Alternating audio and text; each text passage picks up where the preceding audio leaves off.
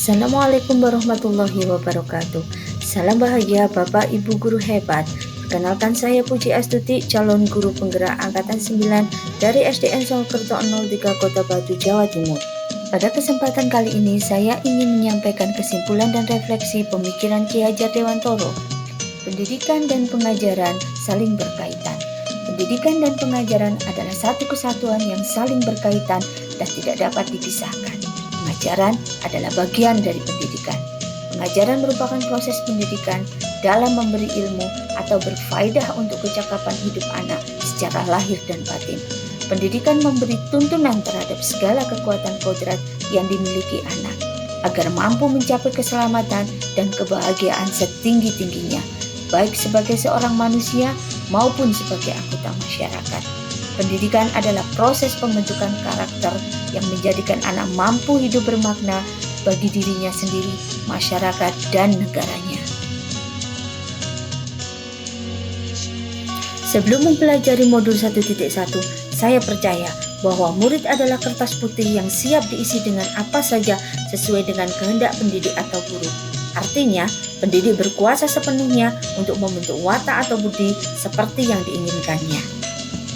Maka dari itu, pembelajaran yang saya lakukan sebelumnya lebih kepada menciptakan kelas yang tertib dan tenang. Dengan demikian, maka saya merasa dapat mentransfer ilmu kepada murid dengan baik. Saya merasa lebih banyak tahu daripada murid dan menganggap murid memiliki kemampuan yang sama. Saya juga menganggap murid sebagai objek pembelajaran yang harus patuh terhadap semua perintah saya. Saya lebih berfokus pada penyelesaian materi, memberi ujian dan menilai untuk memenuhi KKM. Apabila ada siswa yang gagal, maka saya cenderung menyalahkan siswa karena saya anggap tidak serius dalam belajar. Menurut saya saat itu, ruang kelas adalah satu-satunya tempat belajar karena memang sudah disediakan untuk belajar, sehingga sering membuat anak merasa bosan dan sibuk dengan kegiatan masing-masing, seperti ramai di kelas, terlihat mengantuk, dan bahkan lari-lari di dalam kelas ketika saya minta untuk mengerjakan tugas.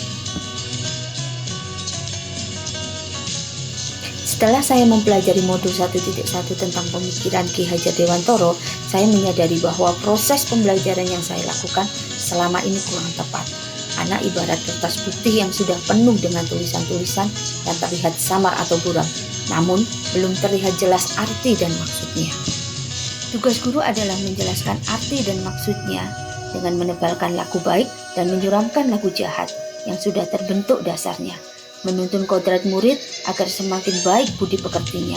Dengan demikian, coretan yang tadinya terlihat suram akan tampak terlihat jelas, membiarkan tulisan yang mengandung arti jahat agar tidak menjadi tebal dan membuatnya semakin suram.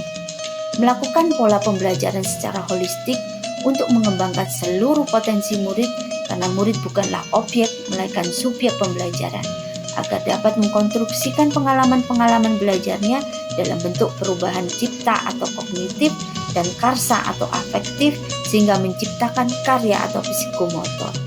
Guru hendaknya menciptakan suasana belajar yang kondusif agar peserta didik merasa aman, nyaman, dan bahagia saat proses pembelajaran berlangsung. Setiap murid diciptakan dengan keunikan masing-masing dan memiliki kemampuan yang berbeda. Guru dan murid hendaknya berkolaborasi untuk menggali dan mengembangkan potensi yang dimiliki oleh murid dan mengakomodasi karakteristik masing-masing untuk mewujudkan student well-being. Pembelajaran harus berpusat pada murid atau student center. Guru hanya sebagai fasilitator dan menjadi pamong. Pembelajaran tidak harus dilakukan di kelas, tetapi dapat dilakukan di luar kelas atau lingkungan yang mendukung, yang dekat dengan kehidupan murid, dan menggunakan teknologi sesuai dengan perkembangan zaman, seperti halnya kodrat zaman dan kodrat alam, untuk menuntun murid berpikir kritis, reflektif, kreatif, dan inovatif. Yang ingin segera saya terapkan lebih baik agar kelas saya mencerminkan pemikiran Ki Hajar Dewantoro adalah dengan mengubah pola pikir dalam melaksanakan proses pembelajaran, merancang pembelajaran yang interaktif dan menyenangkan yang berpusat pada murid atau student center, menerapkan pembelajaran sesuai dengan kodrat alam dan kodrat zaman, membuat kesepakatan kelas sebelum pembelajaran dimulai agar saya paham proses pembelajaran seperti apa yang diinginkan oleh murid. Menggali pengetahuan murid dengan pertanyaan pemantik, memberi kebebasan cara belajar untuk mencapai tujuan pembelajaran, berusaha untuk selalu tulus dan ikhlas dalam melayani atau berhamba pada murid, dengan melakukan pendekatan sesuai dengan kodratnya, berkolaborasi dengan orang tua murid, karena sejatinya pembelajaran tidak harus di sekolah, tetapi dapat dilakukan di rumah dan masyarakat sekitar. Demikianlah kesimpulan dan refleksi dari saya. Terima kasih dan semoga bermanfaat. Wassalamualaikum warahmatullahi wabarakatuh.